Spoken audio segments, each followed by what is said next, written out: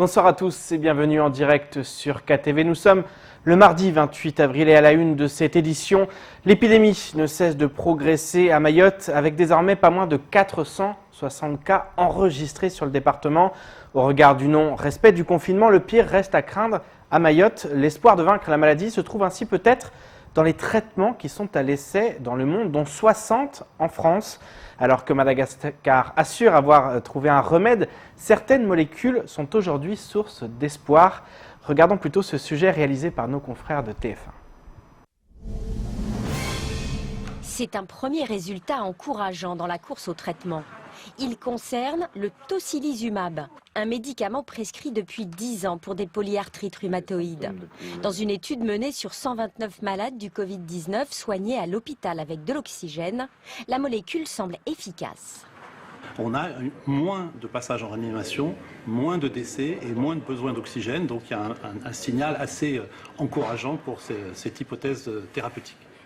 Des résultats qui devront être consolidés par d'autres études, d'autant que ce médicament coûte cher, 800 € l'injection. Autre molécule prometteuse, la colchicine, un vieux médicament. Un essai sur 6000 personnes va bientôt démarrer.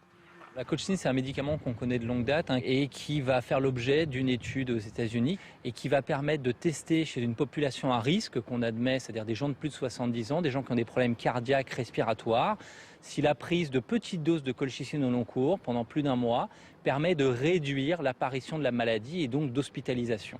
Plus de 250 médicaments sont en cours d'essai à travers le monde, notamment des antiviraux. Il n'y a pas encore de résultats et certains comportent des effets secondaires. Pas de conclusion non plus sur l'efficacité de l'hydroxychloroquine, cet antipaludéen au cœur de plusieurs essais, mais comportant là aussi des risques, notamment cardiaques. Enfin, autre piste en cours d'investigation, injecter à des malades du plasma sanguin prélevé sur des personnes guéries, dans l'espoir de leur transmettre des anticorps. De premiers résultats sont attendus dans les jours qui viennent. Et en attendant de trouver un remède efficace et sûr, le confinement le plus strict doit être respecté. Cette situation n'est simple pour personne et le moral des Français est en baisse de 8% selon l'INSEE. Les violences conjugales, quant à elles, explosent. Et ce week-end, un élu du département a de son côté fait beaucoup parler de lui pour ce que beaucoup considèrent comme un terrible dérapage.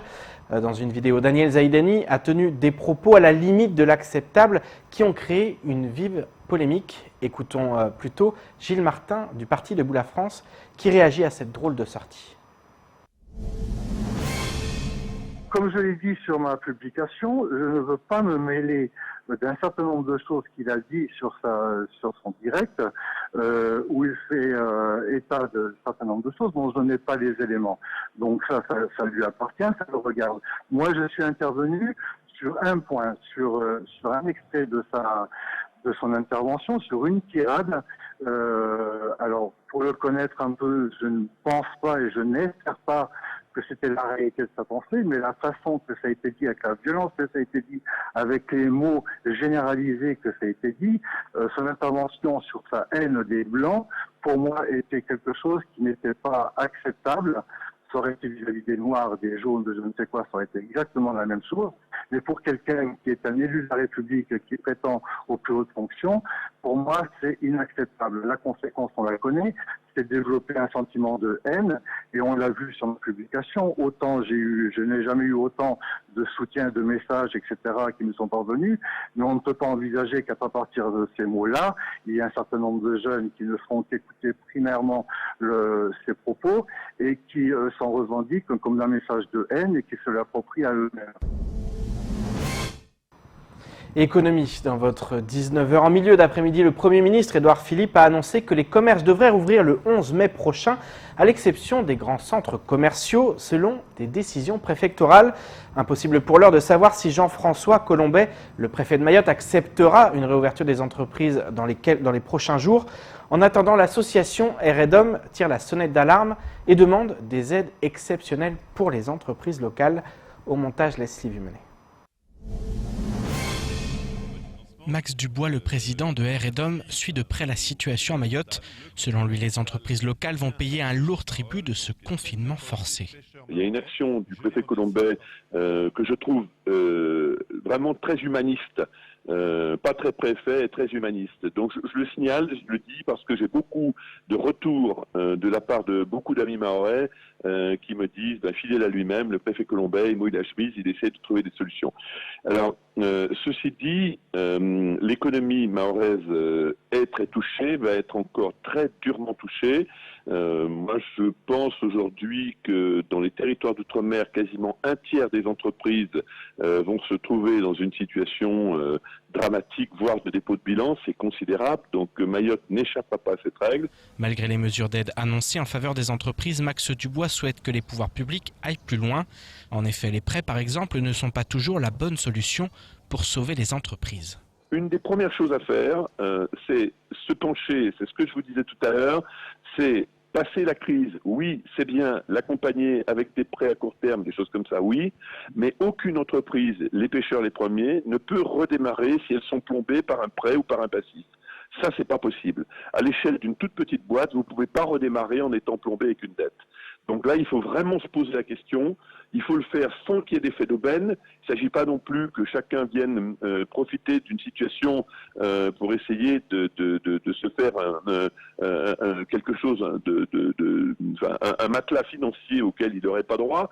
Mais en tout cas, les entreprises, il y en a beaucoup qui sont sincèrement sur le terrain et qui se battent, et on peut les repérer par leur activité passée. Il faut leur donner un coup de main. Si certaines entreprises risquent de ne jamais se relever de ces semaines d'inactivité, d'autres au contraire n'ont pas connu la crise. C'est le cas de la grande distribution qui, à Mayotte, se porte toujours très bien. J'ai eu à voir dans le cadre de l'affaire Vendémia des chiffres qui circulent aujourd'hui et qui sont chiffrés parce que je les ai vus. Les magasins Vendémia, c'était leur score jumbo d'Oukabé. Je ne parle pas des gérants. Hein. Les gérants d'Oukabé, ils font leur boulot et on leur vend des produits à des prix qui sont des prix très élevés. Mais voilà, aujourd'hui, Vendémia Mayotte qui réalise à Mayotte à peu près 100 millions d'euros de chiffre d'affaires avec un résultat qui est de l'ordre de 10%. C'est considérable dans une profession qui, en toute logique, fonctionne entre 2 et 2,5%. Donc on voit bien, par exemple, qu'aujourd'hui, la grande distribution mahoraise tire des profits qui sont des profits vraiment... franchement, totalement anormaux. Max Dubois demande davantage de morale dans certains secteurs.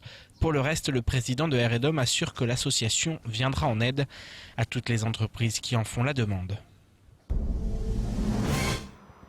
Et je vous propose maintenant de faire le tour du reste de l'actualité locale, avec notamment l'activité sismique ou encore des denrées alimentaires acheminées sur le département. Au montage, Leslie Vimenet. Profitant du passage d'un A400M métropolitain dans le cadre de ses missions de ravitaillement habituelles, les forces armées dans la zone sud de l'océan Indien, les Fazoy, ont chargé à son bord plus de 15 tonnes de fret à acheminer vers Mayotte dans le cadre de l'opération Résilience. Identifié par la préfecture de la Réunion, ce fret est composé notamment de fruits et légumes frais, de viande, d'œufs, de sucre et de chocolat, mais également de produits hygiéniques acheminés vers l'île le 23 avril. Cette nouvelle livraison de vivres et de produits de première nécessité au profit de la population vient s'ajouter à toutes celles réalisées jusqu'alors grâce aux moyens maritimes et aériens des Fazoy, mais aussi grâce au porte-hélicoptère amphibie Mistral, ayant permis le transport de 233 tonnes de fret vers l'île au parfum à la mi-avril. Sans oublier Aérostral qui assure aussi régulièrement le transport de fret. En cette période de Ramadan, l'arrivée de produits frais est une excellente nouvelle. Le 23 avril, toujours, le RSMA a participé à une mission d'appui à l'organisation d'une distribution de denrées alimentaires à Kaweni. Cette opération au profit des plus démunis a été pensée par l'association SAD, Service de soins à domicile. Le régiment de service militaire adapté a apporté son savoir-faire dans l'agencement des points de récupération de la nourriture, mais aussi pour l'accueil et la gestion des bénéficiaires, permettant ainsi le respect de la sécurité et des consignes sanitaires en vigueur. Selon les militaires, au travers de cette action au profit de la population mahoraise, les jeunes ont pu mesurer l'intérêt du confinement auquel ils avaient été contraints et ont bien compris qu'au-delà de l'apprentissage d'un métier, intégrer le RSMA, c'est surtout s'engager pour leur île. Ils ont hâte d'apporter leur concours pour une prochaine mission, conclut le RSMA. Hier matin à 11h37, le réseau de surveillance volcanologique et sismologique de Mayotte, Revosima, a enregistré un séisme d'une magnitude de 4.0 sur l'échelle de Richter. L'épicentre a été localisé à 16 km à l'est de Dzaoudzi. Déjà le 10 avril dernier, un séisme faiblement ressenti d'une magnitude de l'ordre de 3,6 avait été enregistré à 11h, heure locale de Mayotte. Entre le 1er et le 31 mars, ce ne sont pas moins de 1327 séismes volcano-tectoniques qui ont été enregistrés au large de Petite-Terre. Selon la directrice de l'ARS, Dominique Voynet, le navire Marion Dufresne est en route pour Mayotte avec à son bord plusieurs tonnes de fret. Néanmoins, c'est avant tout pour poursuivre les missions scientifiques que le bateau revient à Mayotte, car malgré le confinement, d'importantes études doivent être encore menées afin d'en savoir plus sur ce volcan et sur les risques éventuels qu'il induit. Et parlons des femmes enceintes avant de clore cette édition. Le CHM est la plus grande maternité de France et face à cette épidémie, de nombreuses femmes sont inquiètes pour leur santé et celle de leur bébé. Si l'on y ajoute le mois sacré de Ramadan, des précautions sont à respecter afin de ne prendre aucun risque. Ce matin, nous recevions une sage-femme et un cadi qui ont évoqué les bons gestes à adopter. L'occasion également de rappeler que les PMI sont ouvertes durant cette crise. Au montage, Leslie Vumenet. Face à la pandémie de coronavirus, un climat anxiogène s'est installé à Mayotte comme ailleurs.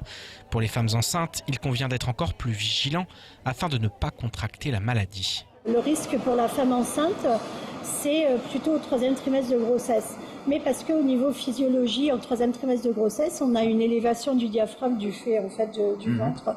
Et donc on a aussi au niveau des alvéoles en fait physiologiquement les alvéoles respiratoires sont beaucoup plus dilatées, donc plus de risques au niveau respiratoire. Et pour le coup, en fait, il faut faire attention au 3e trimestre. Mais c'est pas pour autant si elle est infectée, on n'a pas retrouvé en fait de transmission. En fait, il y a très peu dans la littérature, hormis en Chine, je crois, et en Amérique du Sud, où on retrouve en fait des contaminations. Mais pour le moment, en fait, dans le liquide amniotique, c'est-à-dire dans le liquide qui nourrit le bébé, on n'a pas retrouvé le virus, n'y rentre pas. Et du coup, en fait, on n'est pas, c'est pas une obligation, par exemple, de faire une césarienne. Les accouchements par voie naturelle sont autorisés. Des précautions sont prises en salle d'accouchement, mais pour l'heure, aucune donnée scientifique ne prouve la transmission du virus de la maman à l'enfant avant sa naissance. En attendant, pour que la grossesse se passe pour le mieux, il convient de ne prendre aucun risque, notamment en ce qui concerne la pratique de l'un des 5 piliers de l'islam. Le ramadan, c'est une adoration comme la prière. En temps normal, comme nous, moi avec toi, ça demande beaucoup d'énergie. Et ça demande beaucoup de la patience. En temps normal, n'en parle pas une femme qui est enceinte en temps de faiblesse. Donc, la religion, il demande à la femme si elle peut jeûner, c'est-à-dire il peut regarder lui-même, il est le docteur d'elle-même. Si tu peux jeûner, tu peux le faire. Mais si tu ne peux pas jeûner, alors ne jeûne pas. Mais maintenant, il y a le coronavirus. Qu'une femme a besoin beaucoup d'énergie, beaucoup de calcium. Donc, pour se protéger, donc, il y a un proverbe arabe qui dit « Al-wikaya khayrun min al-ilaj ». Il vaut mieux se prévenir que guérir. Depuis le début de la crise, le conseil départemental a réorganisé ses services, notamment les PMI qui continuent à accueillir du public dans des conditions de sécurité très strictes. On a mis en place en fait une ouverture à minima des PMI. À minima, ça veut dire qu'en fait on a à peu près 3 patientes par heure. Il y a tout un processus en fait quand elles arrivent, il y a une prise de température et un interrogatoire qui nous permet en fait de savoir un petit peu s'il y a eu de repérer des cas suspects. Et si jamais il y a un cas suspect, il y a tout un protocole où on l'isole, on appelle le 15 et tout est mis en œuvre en fait. On met un masque à la patiente. Pour le personnel justement qui est à cet accueil, il a un masque FFP2. Le reste du personnel a des masques et en fait on met en place aussi une distanciation sociale puisque dans la salle d'attente avec 3 personnes par heure, effectivement on arrive à gérer tout ça. Une gestion indispensable pour protéger les mamans mais également les enfants, même si actuellement la meilleure protection reste le respect des gestes barrières et du confinement le plus strict. C'est ainsi que s'achève cette édition. Merci de nous rester fidèles sur KTV. Rendez-vous demain dès 19h pour tout connaître de l'actualité locale. D'ici là, restez chez vous. Excellente soirée sur Coésie.